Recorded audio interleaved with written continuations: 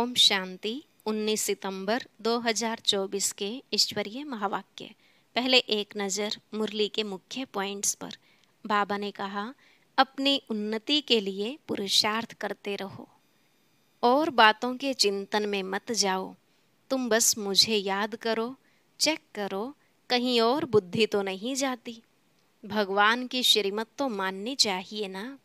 दूसरी बातों में जाने से कोई फायदा नहीं है, तुम और ही मूंझ जाएंगे।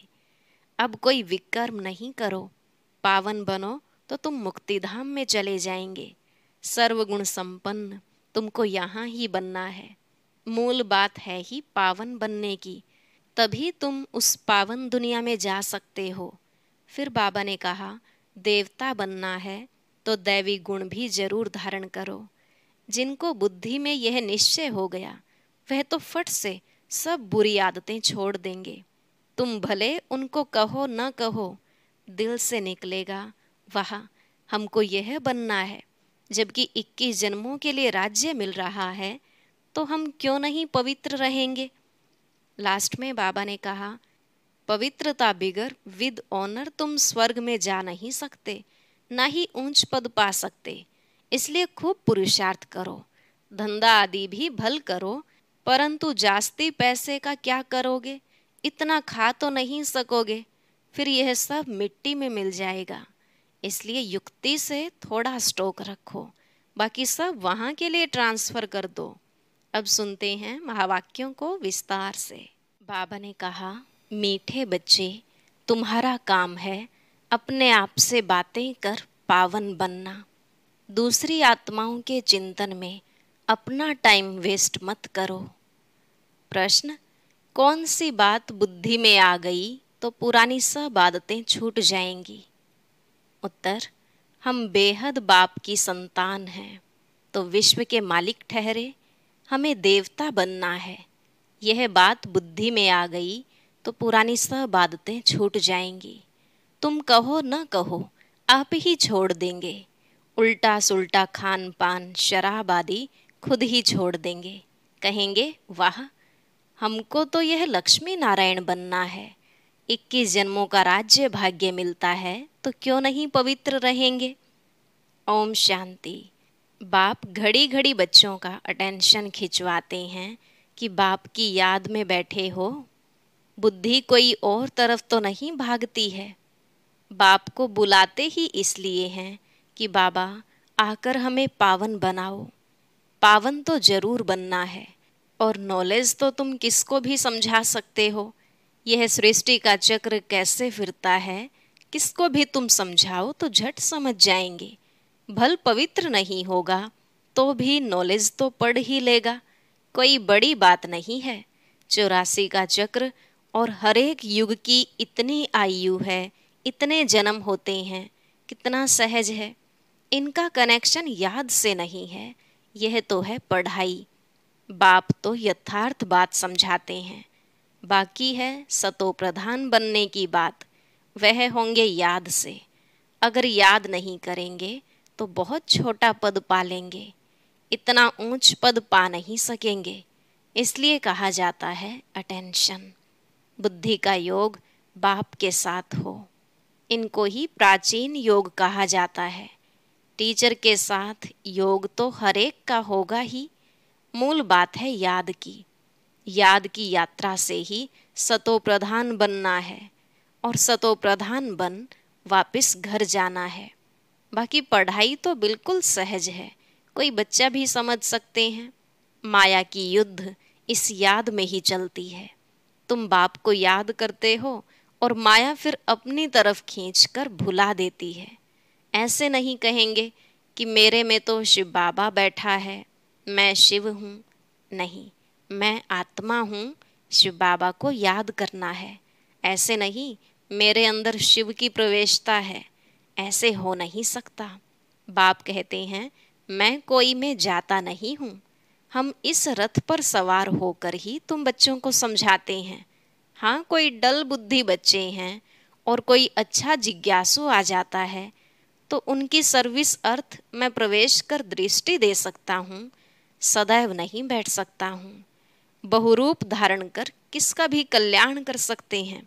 बाकी ऐसे कोई नहीं कह सकते कि मेरे में शिव बाबा की प्रवेशता है, मुझे शिव बाबा यह कहते हैं। नहीं, शिव बाबा तो बच्चों को ही समझाते हैं।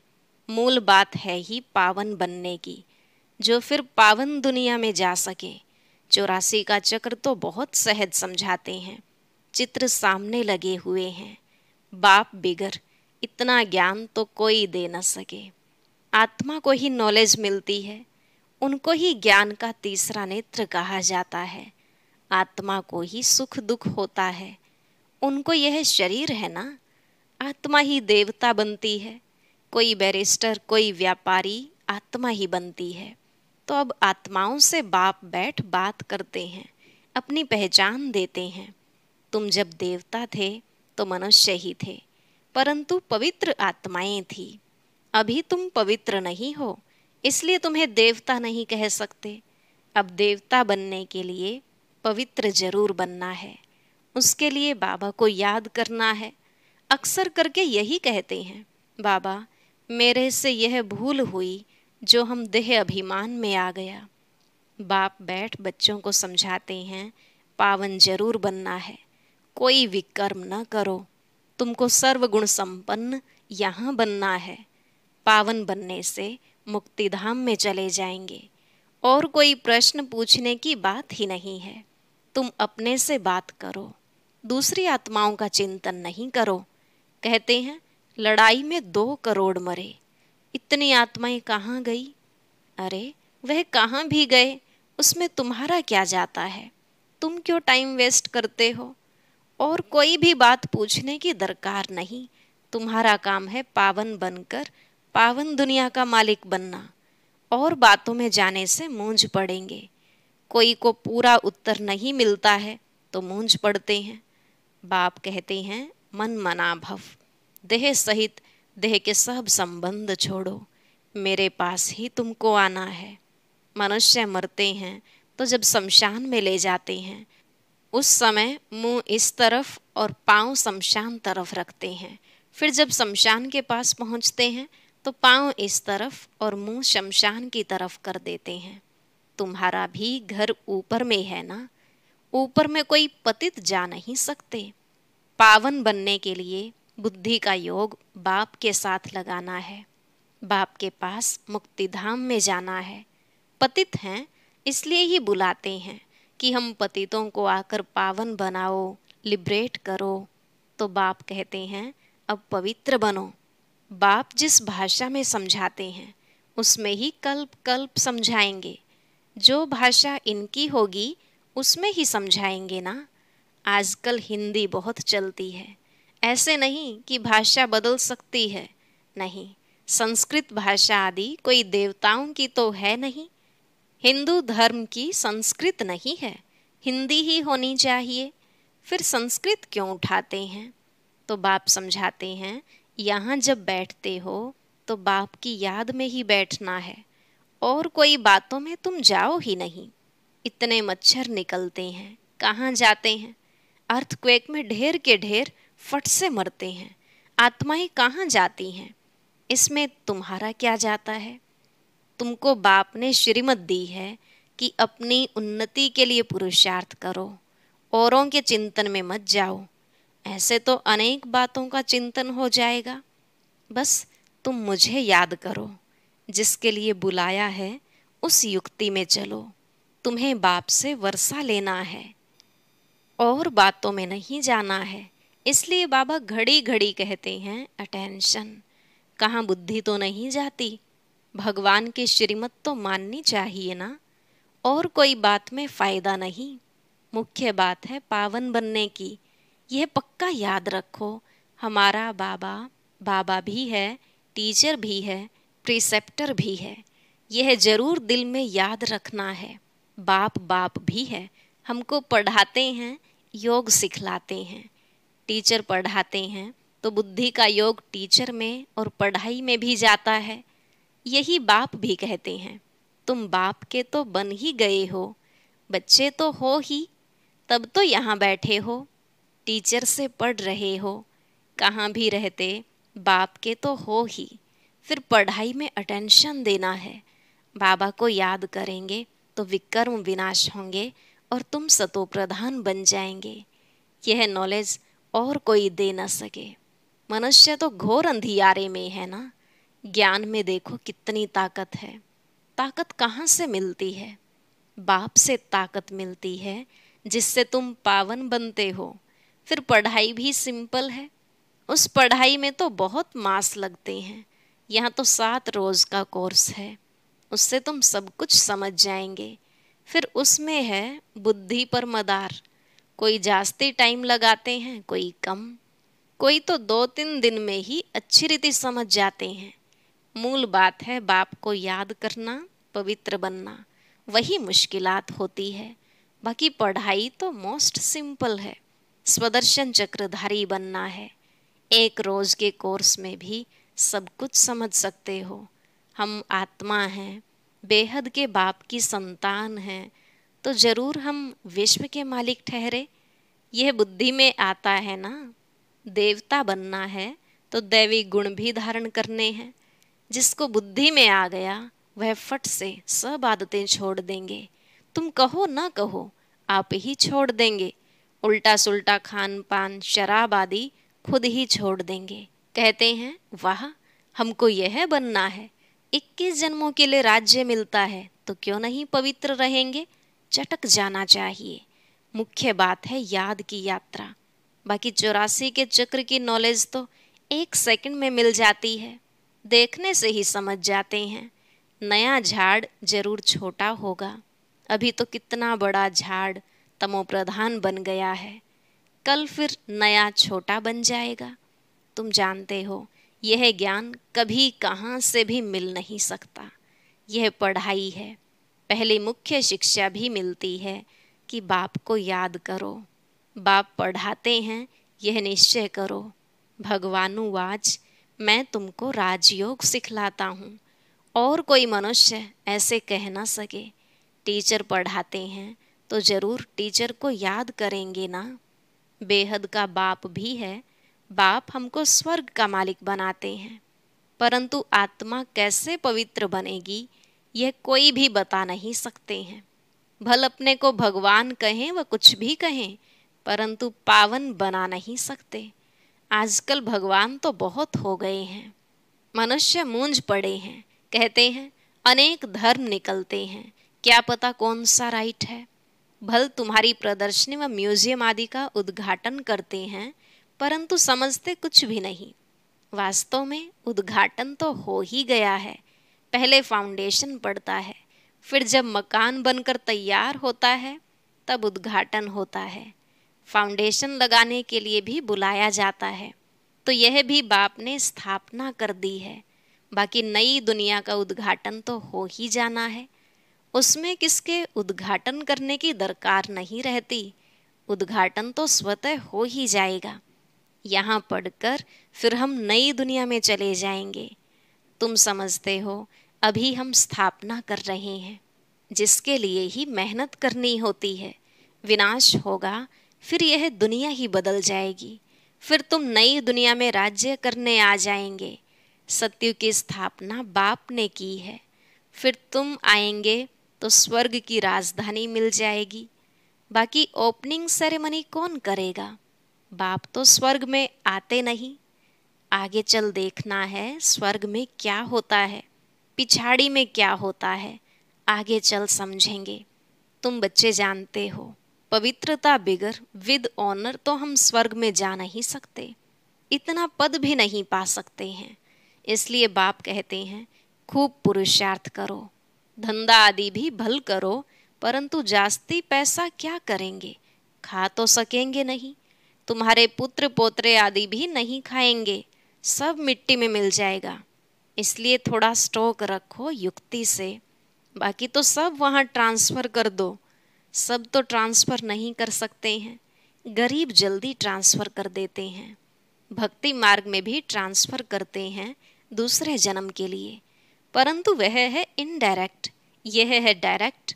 पतित मनुष्यों की पतितों से ही लेन देन है। अभी तो बाप आए हैं, तुम्हारी तो पतितों से लेन देन है नहीं। तुम हो ब्राह्मण, ब्राह्मणों को ही तुम्हें मदद करनी है। जो खुद सर्विस करते हैं उनको तो मदद की दरकार नहीं। यहाँ गरीब साहूकार आदि सब आते हैं, बाकी करोड़पति तो मुश्किल आएंगे। बाप कहते हैं मैं हूँ गरीब निवाज, भारत बहुत गरीब खंड है। बाप कहते हैं मैं आता भी भारत में हूँ, उसमें से भी यह आबू सबसे बड़ा तीर्थ है जहाँ बाप आकर सारे विश्व की सद्गति करते हैं। यह है नर्क। तुम जानते हो नर्क से फिर स्वर्ग कैसे होता है। अभी तुम्हारी बुद्धि में सारी नॉलेज है।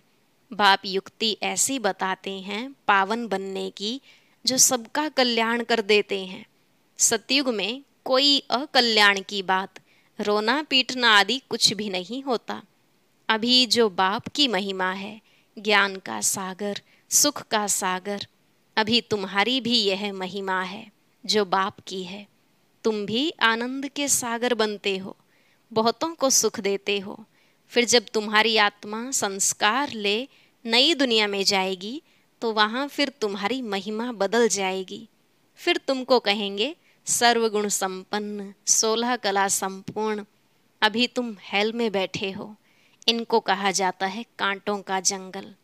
बाप को ही बागवान, खिवैया कहा जाता है। गाते भी हैं हमारी नैया पार करो, क्योंकि दुखी हैं तो आत्मा पुकारती है। महिमा भल गाते हैं परंतु समझते कुछ भी नहीं। जो आया सो कह देते हैं, ऊंचते ऊंच भगवान की निंदा करते रहते हैं। तुम कहेंगे हम तो आस्तिक हैं, सर्व का सद्गति दाता जो बाप है उनको हम जान गए हैं। बाप ने खुद परिचय दिया है। तुम भक्ति नहीं करते हो तो कितना तंग करते हैं। वह है मेजॉरिटी, तुम्हारी है माइनॉरिटी।